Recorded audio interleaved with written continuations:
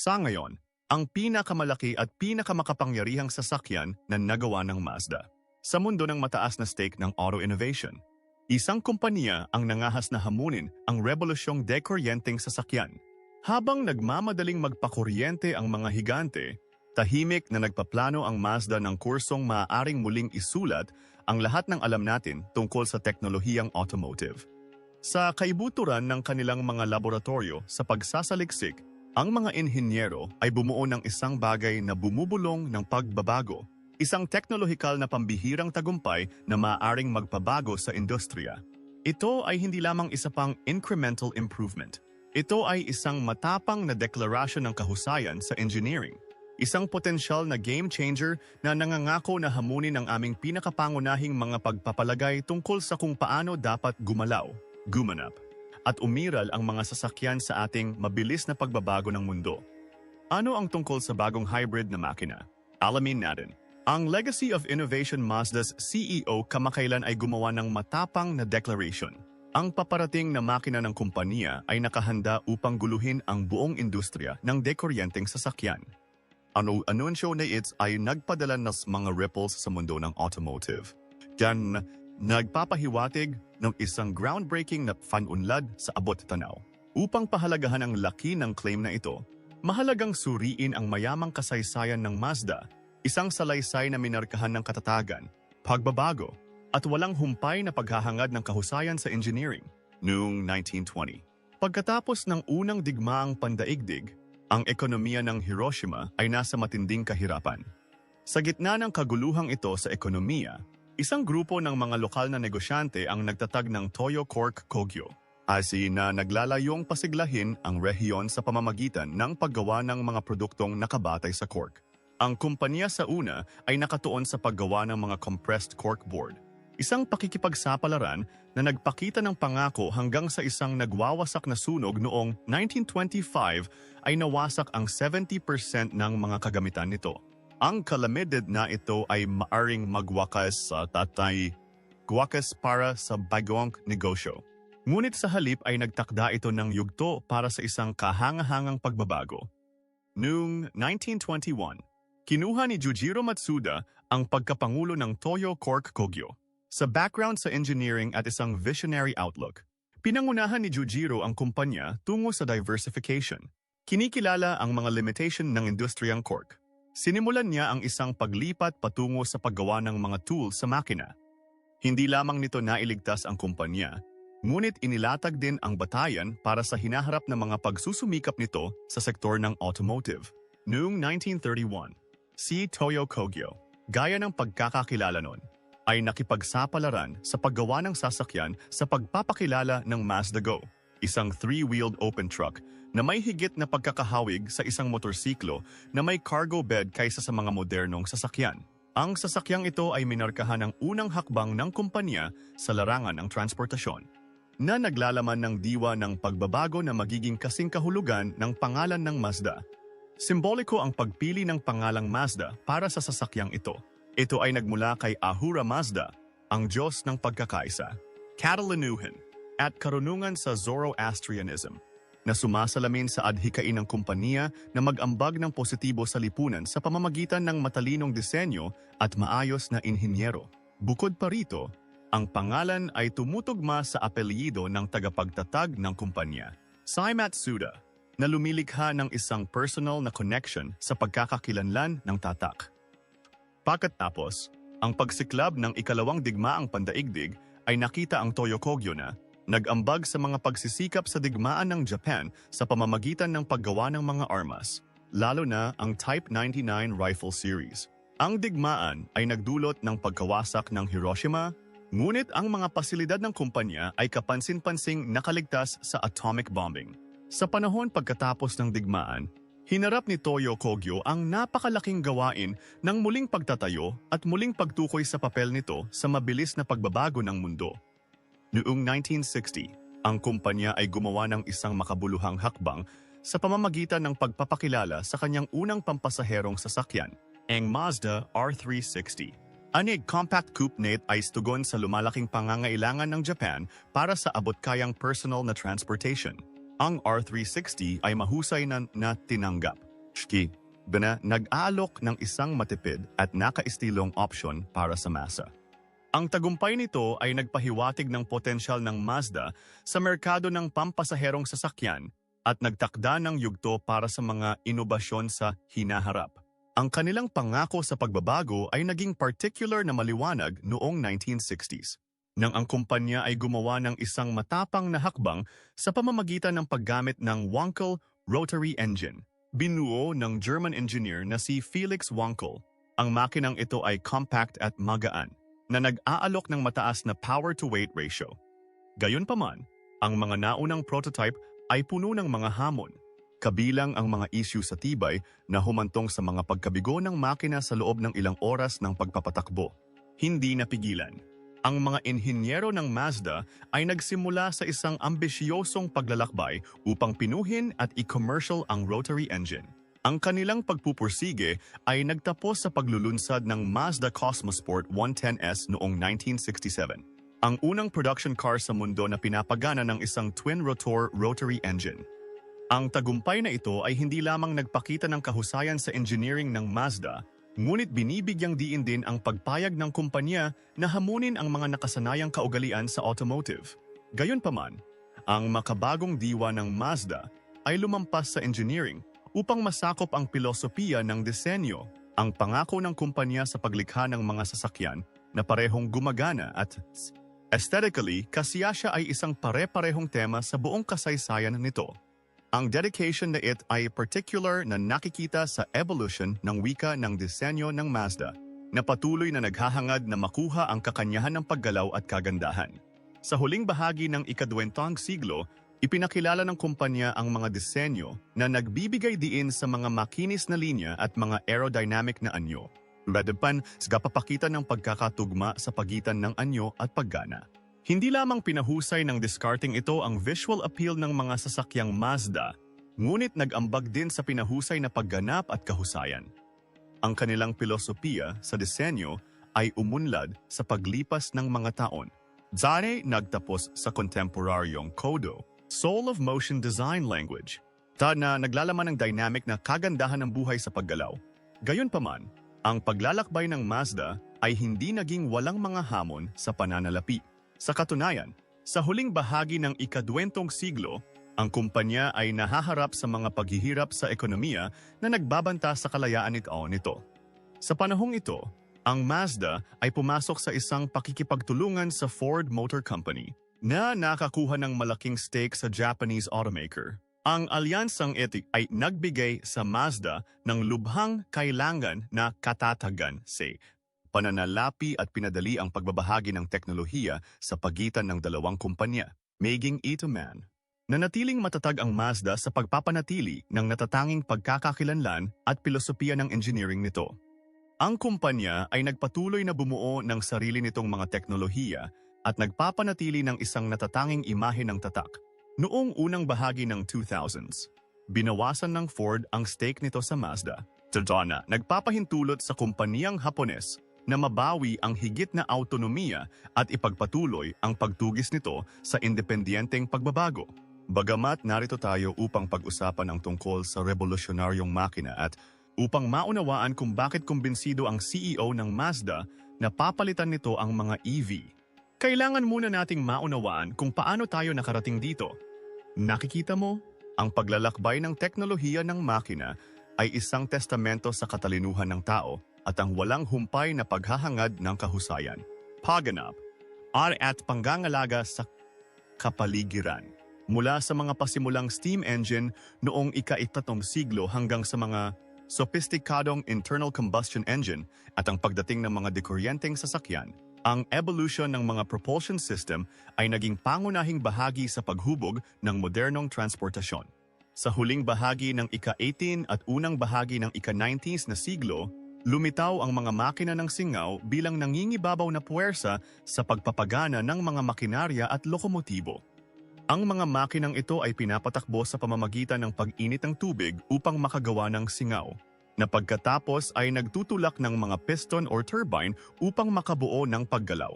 Bagamat revolusyonaryo, mga makina ng singaw ay napakalaki, hindi mahusay, at nangangailangan ng makabuluhang oras upang magsimula, na ginagawang hindi angkop ang mga ito para sa personal na transportation. Ang paghahanap para sa isang mas siksik at mahusay na pinagmumulan ng kuryente ay humantong sa pagbuo ng mga maagang makina ng gasolina. Noong kalagitnaan ng ika-19 na siglo, ang mga inventor tulad nina Etienne Lenoir at Nicolas Otto ay nag-pioneer sa mga internal combustion engine na nagsusunog ng gasolina sa loob ng isang limitadong espasyo na gumagawa ng agarang kapangyarihan. RAFG makinang it is mas magaan, mas mahusay, at mas mabilis na magsimula kaysa sa kanilang mga katapat na singaw. Ang pagiging practical at kakayahang umangkop ng teknolohiya ng ICE sa lalong madaling panahon ay natabunan ng singaw na pinatibay ang lugar nito bilang ang ginustong pagpipilian para sa mga sasakyan. Habang ang mga kotse ay naging nasa lahat ng dako sa ika-20 siglo, ang mga alalahanin sa pagkonsumo ng gasolina, epekto sa kapaligiran, at pagganap ay humantong sa isang serye ng mga digmaan sa kahusayan sa pagitan ng mga tagagawa. Ang krisis sa langis noong dekada 1970 ay nagbigay pansin sa pangangailangan para sa mga sasakyang matipid sa gasolina. Dahil isang panasam na nag-udyok sa mga inhinyero na tuklasin ang mga paraan upang makakuha ng mas maraming kapangyarihan mula sa mas kaunting gasolina. Kasabay nito, ang lumalagong kamalayan sa mga issue sa kapaligiran ay humantong sa mahigpit na mga regulations sa emisyon. Ang mga pamahalaan sa buong mundo ay nagpatupad ng mga pamantayan upang mabawasan ang mga pollutant tulad ng carbon monoxide, hydrocarbons, at nitrogen oxides. Tumugon ang mga tagagawa sa pamamagitan ng pagbuo ng mga teknolohiya tulad ng mga catalytic converter, electronic fuel injection, at variable valve timing upang matugunan ang mga regulasyong ito nang hindi na kompromiso ang performance.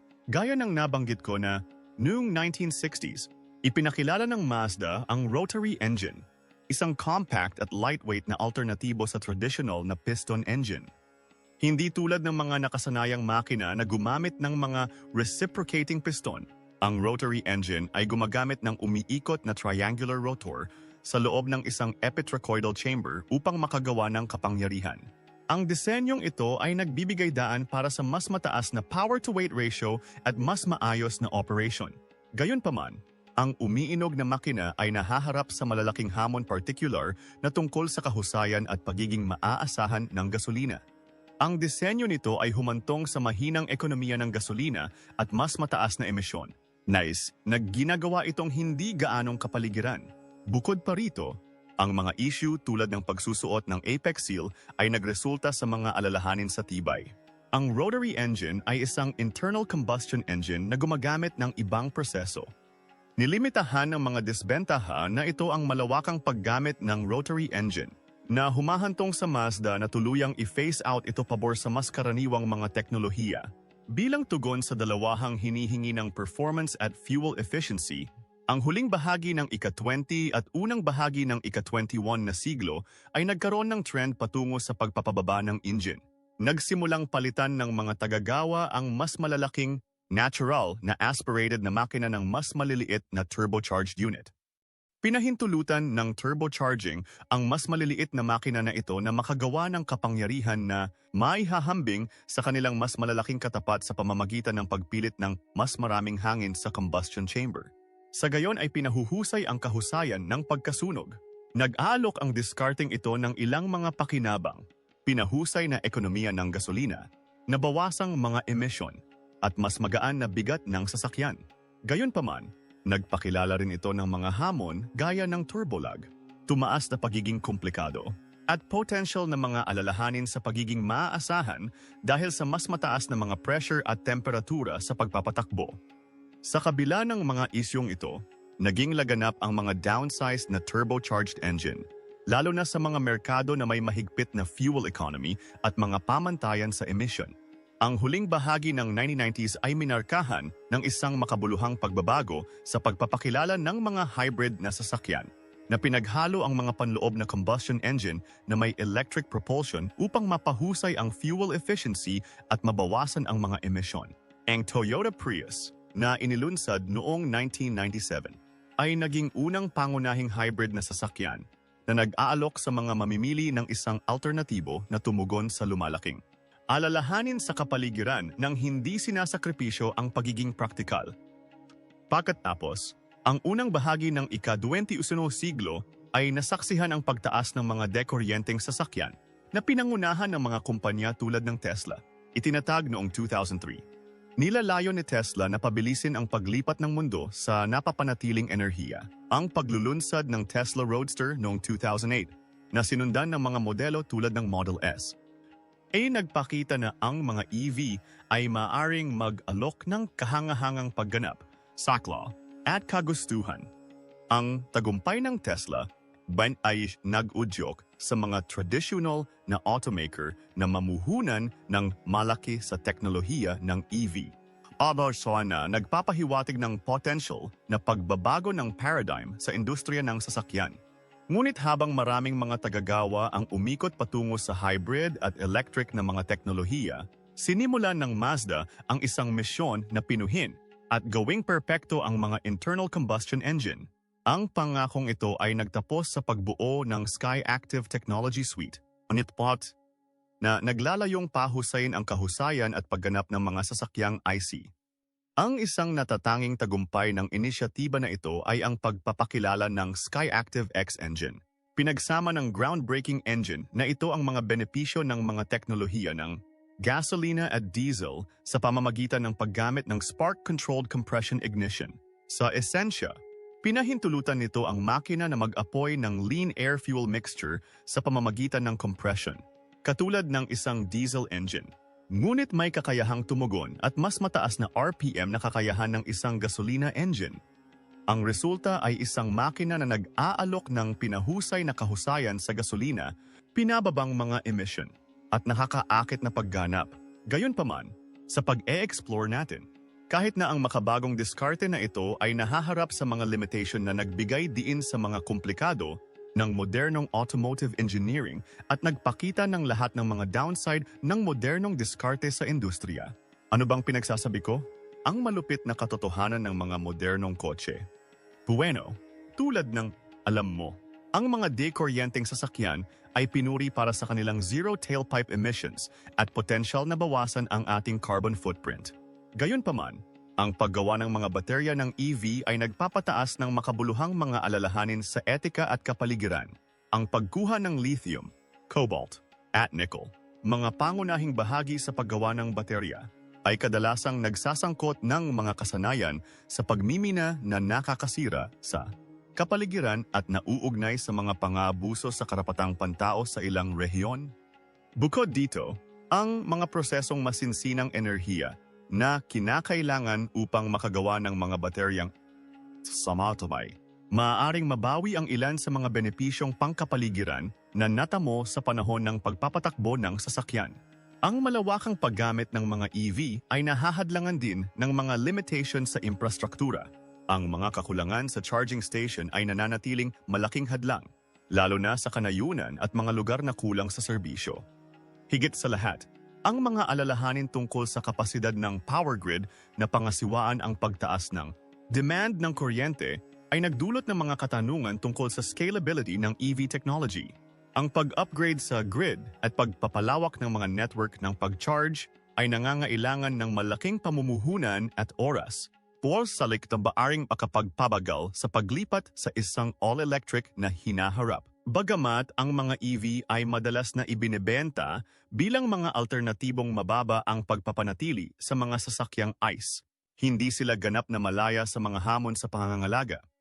Ang pagkasira ng baterya sa paglipas ng panahon ay maaring humantong sa mga mamahaling pagpapalit at ang mga special na bahagi ay maaring mangailangan ng serbisyo mula sa mga technician na may particular na pagsasanay na potential na tumataas ang mga gastos sa pagpapanatili. Habang ang paunang presyo ng pagbili ng mga EV ay nananatiling mas mataas kaysa sa maraming maihahambing na mga sasakyang ICE, ang mga hybrid na sasakyan na pinagsama ang ICE sa electric propulsion ay nag-aalok ng kompromiso sa pagitan ng tradisyonal at dekuryenteng pagmamaneho. Gayunpaman, ang dual system na diskarte na ito ay nagpapakilala ng isang buong bagong hanay ng mga hamon. Ang pagsasama ng parehong makina at dekuryenteng motor kasama ng kani-kanilang mga sistema ng control ay maaaring humantong sa mas mataas na gastos sa produksyon at mga potensyal na hamon sa pagpapanatili. Tungo na pagpapalit ang baterya sa mga hybrid kahit na mas madalas kaysa sa mga buong EV, ay maaari pa ring magastos at maaaring makahadlang sa mga potensyal na mamimili na mag-alala tungkol sa mga pangmatagalang gastos sa pagmamay-ari. Sa pagsisikap na matugunan ang mahigpit na ekonomiya ng gasolina at mga pamantayan sa paglabas, maraming mga tagagawa ang bumaling sa mga pinababang turbocharged na makina. Bagamat ang mga makinang ito ay maaaring maghatid ng kahangahangang kapangyarihan na may kaugnayan sa kanilang laki, madalas silang gumagana sa ilalim ng mas mataas na presyon at temperatura, ni maaaring makaapekto sa tibay. Ang mga may-ari ay nag-ulat ng mga issue tulad ng pagtaas ng pagkasira na humahantong sa mas mataas na gastos sa pag-ayos sa paglipas ng panahon. Ang trade-off na ito sa pagitan ng performance at longevity ay nagdudulot ng mga tanong tungkol sa pangmatagalang viability ng naturang mga disenyo ng engine. Ito ang dahilan kung bakit pinili ng Mazda ang isang landas na hindi gaanong paglalakbay. Nilabanan ng kumpanya ang takbo ng paggamit ng hybrid na teknolohiyang pakyawan na tumatakbo sa paniniwala na ang panloob ng makina ng pagkasunog ay may hawak pa ring potensyal na hindi pa nagagamit. Ang paniniwalang ito ay humantong sa pagbuo ng SkyActiv X engine, isang ambisyosong pagtatangka na muling tukuyin kung ano ang maaaring makamit ng IC sa mga tuntunin ng kahusayan at pagganap. Ibinalita ito bilang isang groundbreaking development gamit ang spark-controlled compression ignition upang pagsamahin ang mga benepisyo ng gasolina at diesel engine. Ang teknolohiyang ito ay naglalayong maghatid ng pinahusay na kahusayan sa gasolina at pinababang mga emisyon nang hindi sinasakripisyo ang pagganap. Gayunpaman, ang mga real-world na application ay nagsiwalat ng isang mas nuanced na larawan. Bagamat ang makina ay nag-aalok ng mas mahusay na ekonomiya ng gasolina kumpara sa mga nauna nito, ang mga natamo ay hindi kasing dami ng inaasahan ng ilan.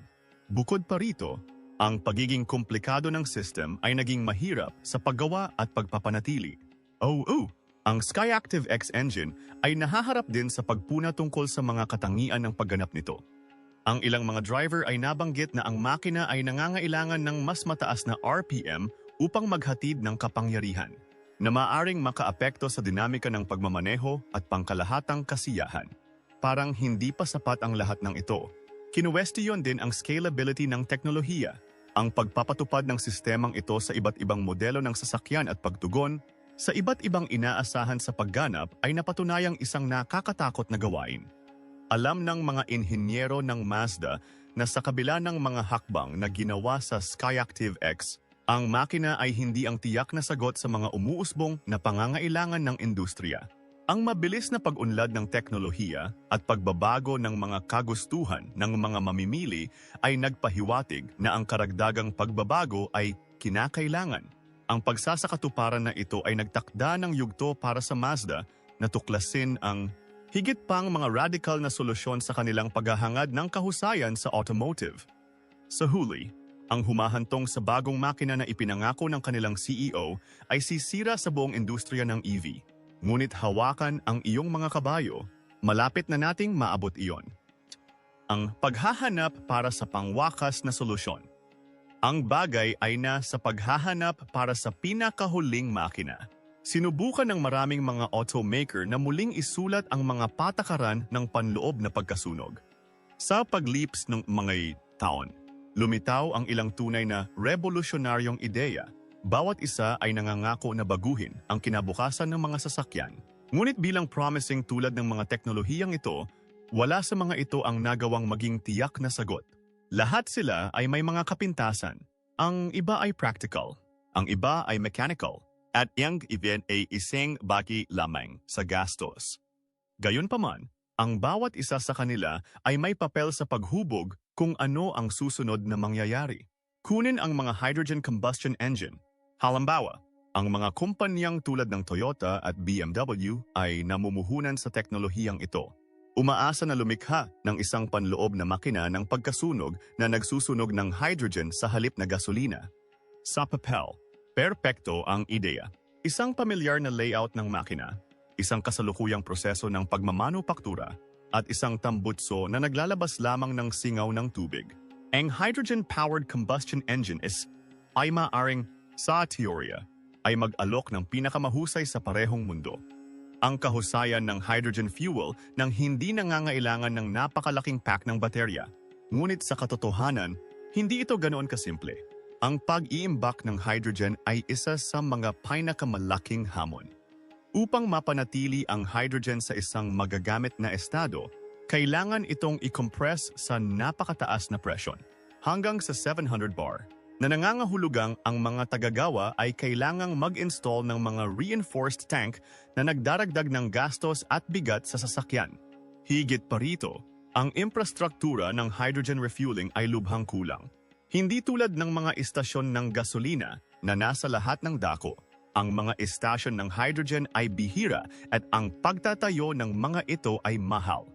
At falsehotpus, mayroong problema sa kahusayan. Kahit na ang mga hydrogen combustion engine ay hindi gumagawa ng CO2, gumagawa pa rin sila ng mga nitrogen oxide, mga pollutant na nag-aambag sa smog at mga issue sa kalidad ng hangin. Ang mga saliko na ito ay nagpapanatili sa mga makina ng hydrogen combustion mula sa pagiging pamantayan ng industriya sa kabila ng mga dekada ng pag-unlad. Ang isa pang radical na pagbabago ay nagmula sa Koenigsegg, isang kumpanya na kilala sa pagtulak sa mga limitation ng engineering. Ang kanilang libreng teknolohiya ng balbula ay dapat na baguhin ang panloob na Führerschein. Pagkasunog sa pamamagitan ng pag-alis ng isa sa mga pinakapangunahing bahagi ng makina, ang camshaft. Pani mga traditional na makina ay umaasa sa mga camshaft upang buksan at isara ang mga intake at exhaust valve sa mga nakapirming agwat.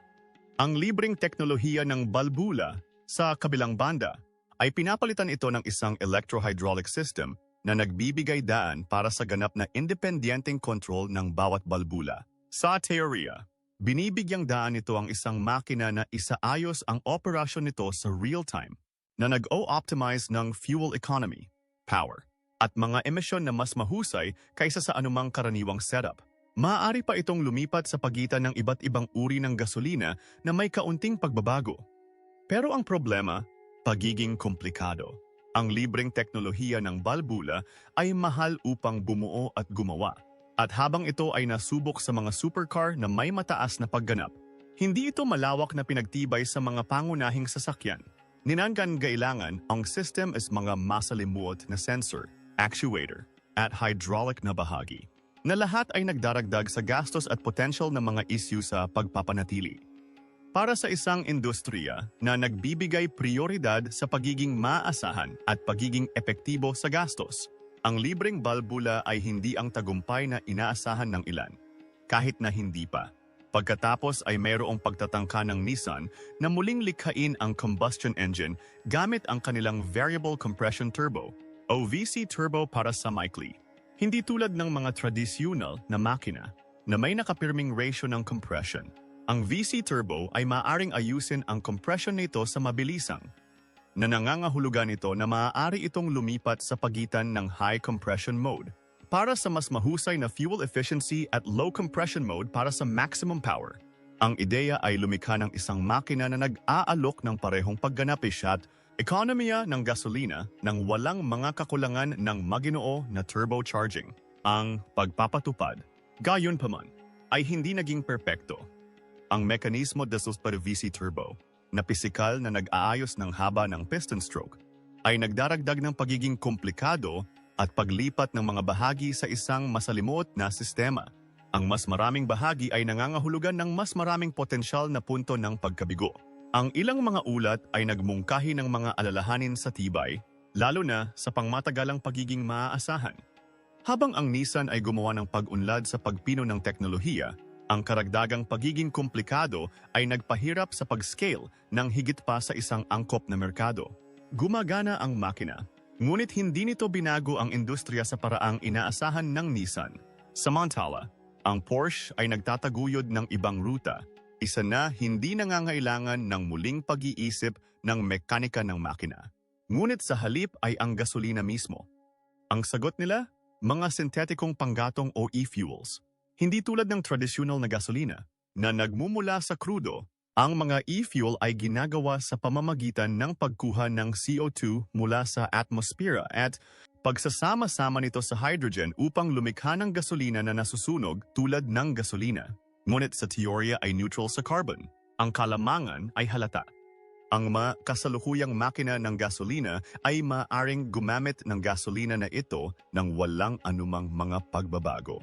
Hindi na kailangan ng mga bagong makina at hindi na kailangan ng bagong infrastruktura, mas malinis na gasolina. Ngunit muli, ang katotohanan ay may paraan ng pagpapakomplikado ng mga bagay. Sa ngayon, ang mga e-fuels ay napakamahal na gawin. Napakalaki ng enerhiya na kinakailangan para ma-synthesize ang mga ito. At kung walang malaking pamumuhunan sa renewable energy, nananatiling hamon ang scaling production. Iminumungkahi ng kasalukuyang mga pagtatantiya na ang mga e-fuel ay nagkakahalaga ng humigit kumulang 10 beses na mas mataas kaysa sa regular na gasolina, na ginagawa itong hindi practical para sa pang-araw-araw na paggamit. Ang teknolohiya ay nangangako. Ngunit maliban kung ang mga gastos sa production ay bumaba ng malaki, ang mga e-fuels ay hindi papalitan ng gasolina anumang oras sa lalong madaling panahon. At ibinabalik tayo nito sa pangunahing problema. Sa kabila ng lahat ng mga pagtatangka na ito, walang sino man ang tunay na nag-crack ng code. Ang mga hydrogen combustion engine, libreng balbula, VC turbo, at e-fuels ay lahat ay nagtulak sa mga hangganan ng kung ano ang posible. Ngunit wala sa mga ito ang naging pinakahuling solusyon. Ang bawat isa ay may bahagi ng mga kompromiso, ay maging ito arcs, gastos, pagiging komplikado, o mga limitation sa infrastruktura.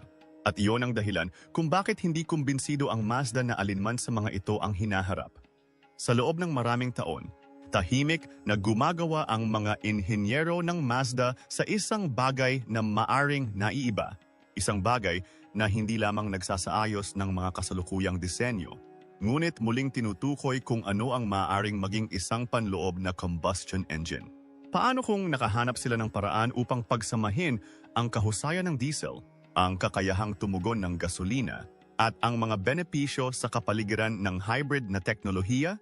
Paano kung lumikha sila ng isang bagay na maaaring hamunin ang pangingibabaw ng mga dekuryenteng sasakyan, hindi sa pamamagitan ng paglaban sa pagbabago, ngunit sa pamamagitan ng pamumuno nito?